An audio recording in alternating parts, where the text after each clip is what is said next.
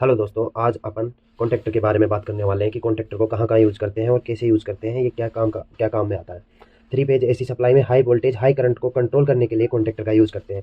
Contractor एक electrical switch होता है जिसकी मदद से हम हाई वोल्टेज हाई करंट को कंट्रोल करते हैं। जैसे कि अपन के घरों में भी स्विच लगे होते हैं, उन स्विचों को तो अपन हाथ से ऑन ऑफ कर देते हैं, ठीक है। और इसको हम हाथ से ऑन ऑफ नहीं करते, हम इसमें इलेक्ट्रिकल सप्लाई दे के ही ऑन ऑफ करवाते हैं इसको। कॉन्ट्रैक्टर क्या होता है दोस्तों? कॉन्ट्रैक्टर एक तरह का इलेक्ट्रिकल स्विच होता है जिसे हम इलेक्ट्रिकल सप्लाई देकर चालू और बंद करते हैं। अपने घरों में स्विच तो देखे होंगे जिसे हम पंखे कूलर ये सब ऑन ऑफ करते हैं, बट कॉन्ट्रैक्टर को ऑन ऑफ करने के लिए इसके पास में जाने की ज़रूरत नहीं पड़ती, इसमें हम इलेक्ट्रिकल सप्लाई देकर ऑन ऑफ करवाते हैं। कॉन्ट्रैक्टर के ऊपर कंट्रोल टर्मिनल होते हैं जिसके ऊपर ये देखो 1314 NONC लिखा होता है। ये कंट्रोल टर्मिनल होते हैं जिसकी मदद, इसमें एक चीज़ और होती है कॉन्ट्रैक्टर कोयल, जिसको हम A1 A2 के नाम से इंडिकेट करते हैं। इसमें देखो ये A1 A2 ये होती है इसमें कॉन्ट्रैक्टर कोयल 1314 NO और 4344 4344 NO 2122 NC 3132 NC होता है।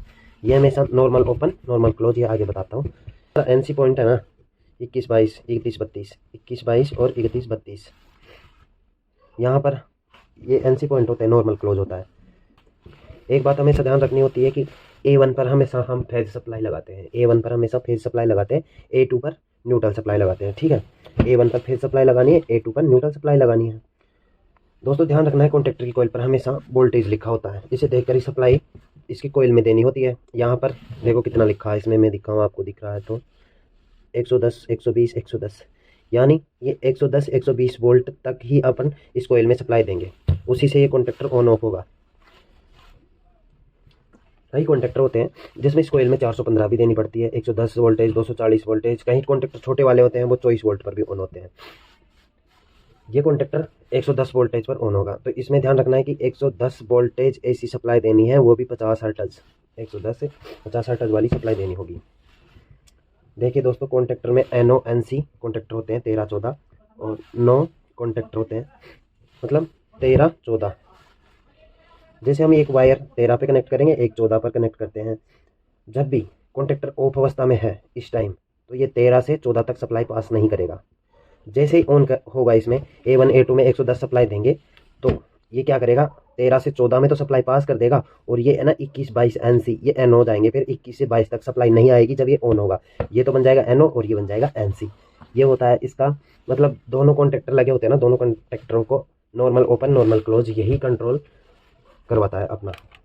जैसे ही हम A1 A2 पर सप्लाई देंगे, अब NC NONC बन जाएगा, इसमें 13 14 में पावर सप्लाई चली जाएगी। इसी प्रकार जब कॉन्ट्रैक्टर बंद रहता है तो NC 21 22 में सप्लाई ऑन रहती है, जब कॉन्ट्रैक्टर ऑन होता है तो 21 से 22 तक सप्लाई नहीं आएगी। यही मेन काम होता है इसका कंट्रोल।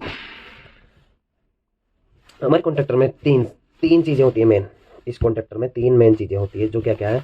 एक तो होती है कंट्रोल कोयल, एक होते हैं power control L1 L2 L3, और ये न्यूट्रल भी इसी के थ्रू जाता है इसमें, ठीक है। और तीसरी चीज़ है कंट्रोल टर्मिनल, जो कि मैंने बताया, एक NONC NONC NONC NC NO, ठीक है। एक इसका मैं डायग्राम दिखाना चाहता हूँ कॉन्ट्रैक्टर का। यह है ऑफ कंडीशन में कॉन्ट्रैक्टर, ये दिख रहा होगा शायद आपको, यह है ऑफ कंडीशन में कॉन्ट्रैक्टर। ये जैसे कि यह भी है ऑफ कंडीशन में कॉन्ट्रैक्टर, तो ये इस डायग्राम के आधार पर है इस समय। जैसे A1 A2 RYB ब्लैक, ठीक है, 13 NO 13 14 NO 21 22 NC। जैसे NC तो अभी कनेक्टेड है, NO खुला हुआ है, और सारे कंट्रोल जो मतलब हाई वोल्टेज सप्लाई है वो भी खुली हुई है, ठीक है। जैसे ही पैक करेंगे इसको ऑन कंडीशन में करेंगे तो ये क्या है, चुंबकीय आकर्षण बनेगा। जैसे ही A1 A2 में 110 सप्लाई देंगे तो क्या होगा, जो ये सारे फेज खुले हुए थे ना, ये खिसक के सारे इसमें टच हो जाएंगे, ठीक है। और 21 22 जो NC पहले से कनेक्टेड था वो खिसक के NO बन जाएगा, और ये सब NC बन जाएंगे, ठीक है।